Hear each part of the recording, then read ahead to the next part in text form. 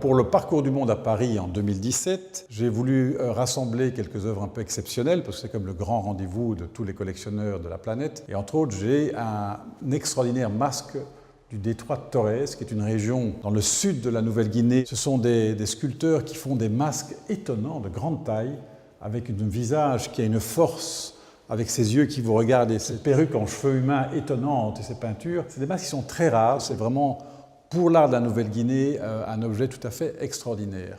Un autre objet que j'ai aussi inclus dans mon exposition est un crochet du Moyen Sépic, de la tribu des Sawas. Et ce crochet, qui représente une femme fondatrice de clan, était exceptionnel par l'ancienneté, la taille, la force de cette femme qui nous regarde avec un air un peu sévère et qui est là avec ses deux cacatoès sur les épaules. Et ce qui est intéressant aussi, il y a dans le dos des magnifiques scarifications un peu asymétriques.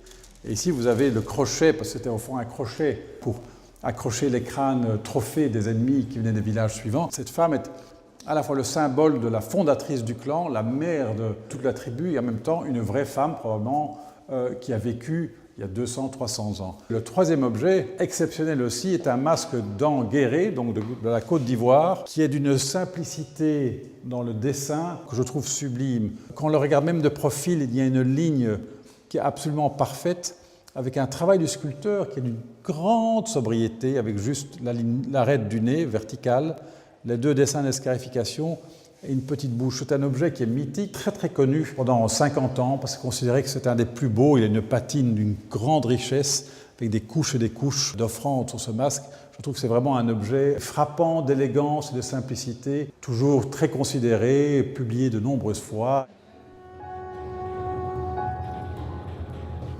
J'ai ici ce qu'on appelle les dabdab, ce sont des mortiers à bétel pour mélanger la chaux avec les noix qu'ils mâchent en Nouvelle-Guinée. Donc l'un vient du Bas-Sépic, donc la Nouvelle-Guinée, et l'autre des îles Trobriand. Donc c'est des objets usuels, mais on sent de nouveau l'intelligence du design de ces artistes anonymes de Nouvelle-Guinée qui représentent une personnalité humaine assise, accroupie, avec une grande tension dans les bras. Ici, la femme est agenouillée avec toutes ces scarifications. Donc, c'est des objets plus modestes, mais extrêmement emblématiques du grand art de la Nouvelle-Guinée et du fleuve Sépic par des sculpteurs entre, je dirais, le XVIe et le XIXe siècle.